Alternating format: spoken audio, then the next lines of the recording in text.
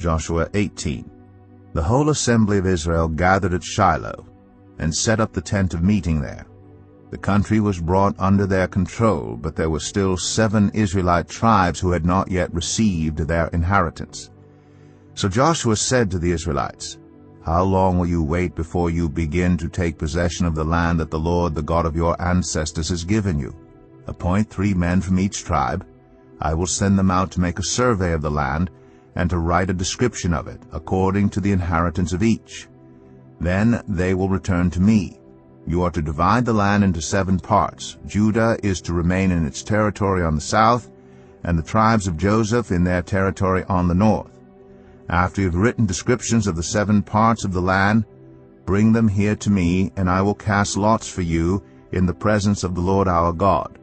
The Levites, however, do not get a portion among you, because the priestly service of the Lord is their inheritance, and Gad, Reuben, and the half-tribe of Manasseh have already received their inheritance on the east side of the Jordan. Moses, the servant of the Lord, gave it to them." As the men started on their way to map out the land, Joshua instructed them, "Go and make a survey of the land and write a description of it. Then return to me, and I will cast lots for you here at Shiloh in the presence of the Lord." So the men left and went through the land. They wrote its description on a scroll, town by town, in 7 parts, and returned to Joshua in the camp at Shiloh. Joshua then cast lots for them in Shiloh in the presence of the Lord. And there he distributed the land to the Israelites according to their tribal divisions. The first lot came up for the tribe of Benjamin according to its clans. Their allotted territory lay between the tribes of Judah and Joseph. On the north side their boundary began at the Jordan, passed the northern slope of Jericho, and headed west into the hill country, coming out at the wilderness of Beth-aven. From there it crossed to the south slope of Luz, that is Bethel, and went down to Adaroth-adar, on the hill south of Lower Beth-oron. From the hill facing Beth-oron on the south, the boundary turned south along the western side and came out at Kiriath-baal, that is Kiriath-jearim, a town of the people of Judah. This was the western side.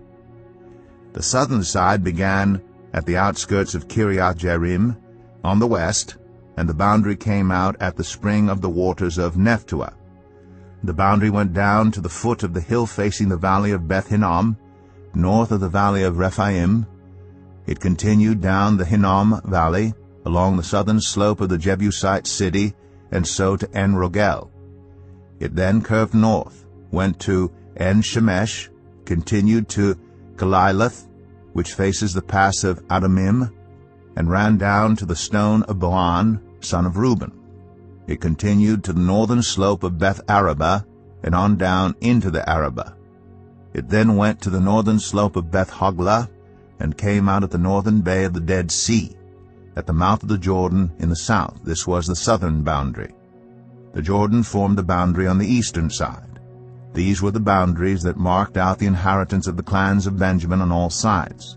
The tribe of Benjamin, according to its clans, had the following towns: Jericho, Beth-hoglah, Emek, Keziz, Beth-arabah, Zemaraim, Bethel, Avim, Parah, Ophrah, Kephar Ammoni, Ophni, and Geba, 12 towns and their villages: Gibeon, Ramah, Beeroth, Mizpah, Kephirah, Moza, Rakem, Irpeel, Taralah, Zelah, Haleph, the Jebusite city, that is Jerusalem, Gibeah, and Kiriath, 14 towns and their villages.